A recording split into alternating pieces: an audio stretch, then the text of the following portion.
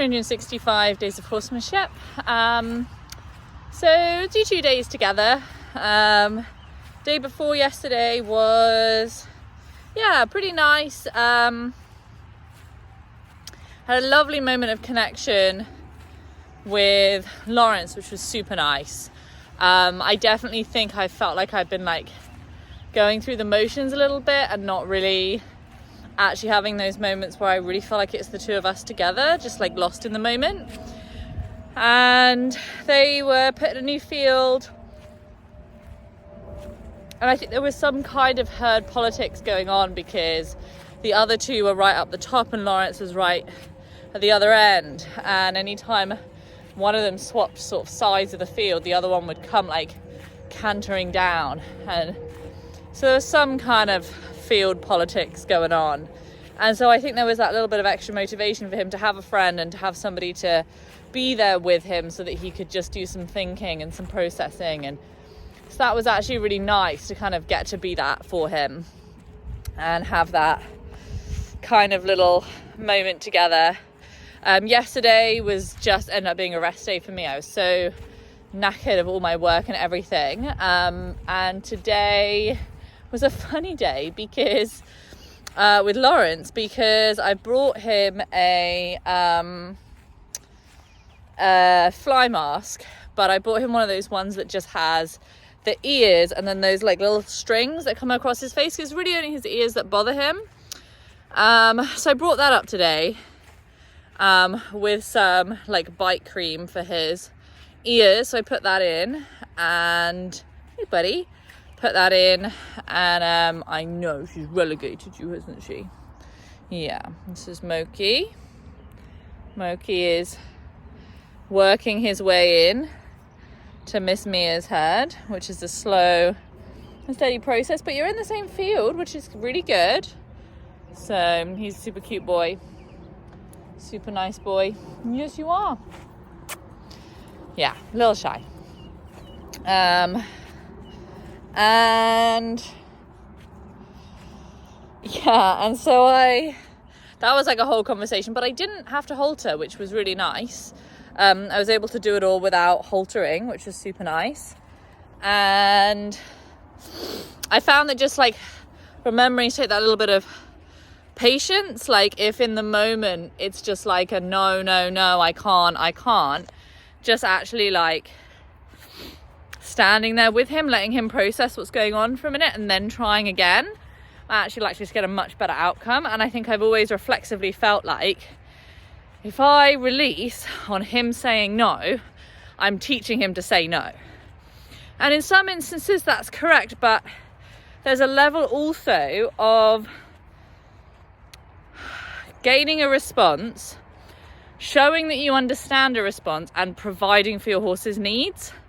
And if you provide for their needs, they won't feel the need to say no.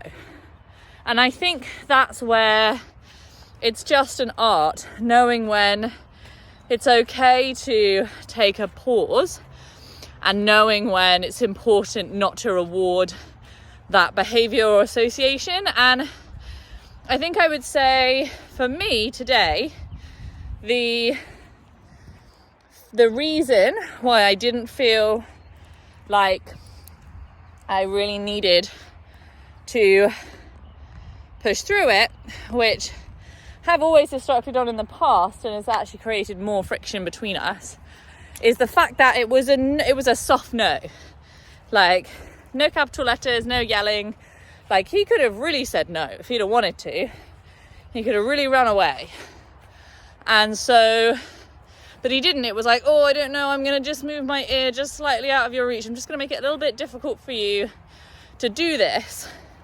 And at that point, it's the feet are still, and there's still willingness to think about where we are in relation to each other. And so I kind of want to give him that moment to think about it. Dominant training would usually say, I think, that ideally you would want some sort of success. You would want to get your hand just near the ear or in the ear before you take that pause for processing. But if you don't have that moment, in my opinion, with where I'm at now, I think I feel like you take the best moment possible. You don't necessarily look for pushing through something to get an outcome, because that's fine if you know you can get the outcome.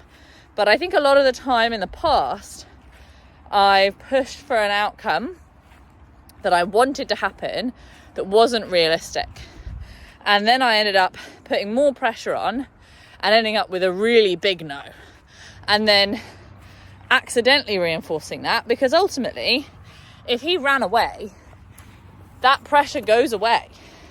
He has won that conversation, he's won that battle, and I have ended up reinforcing that no.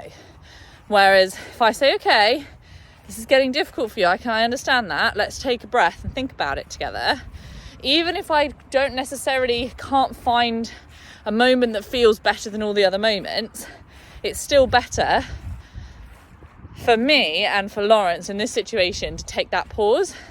So I was really happy with that. I ended up cutting off all the pieces of string from the mask because he really hated him. So now he's just got a little hat just to cover his ears. So we'll see if it stays on. I don't have a huge amount of hope, but it's going to continue to be really hot and sunny. So there's still going to be a lot of midgies. And I want to just give it a go. I think it's worth a try to see if he can get okay with it, get used to it, get happy with it. And yeah, because I think that if he can adjust to it, he will be a lot more comfortable.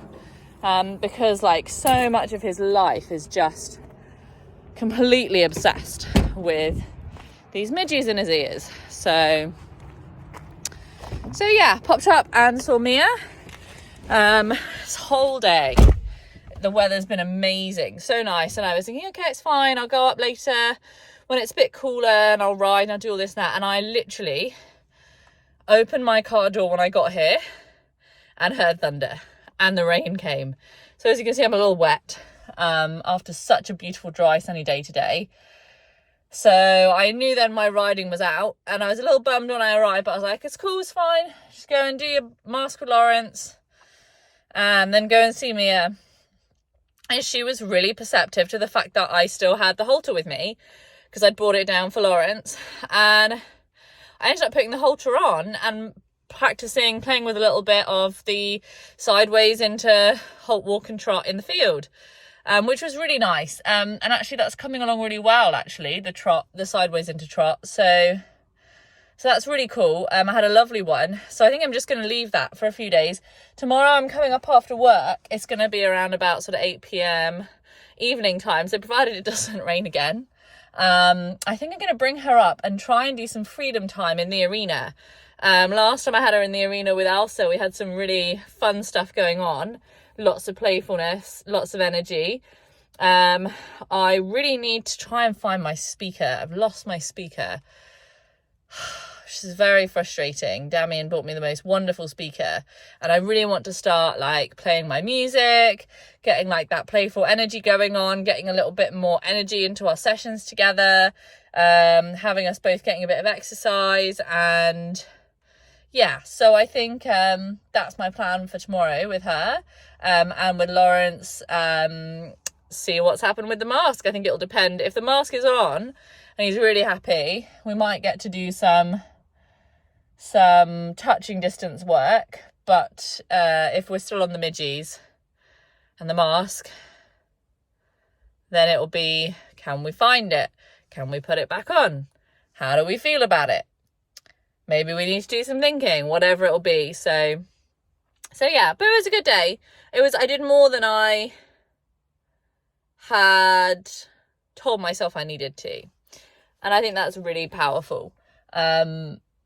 So yeah, I'm just really, really keen to to bring the joy, to find the joy, to hold the joy. So yeah, good day.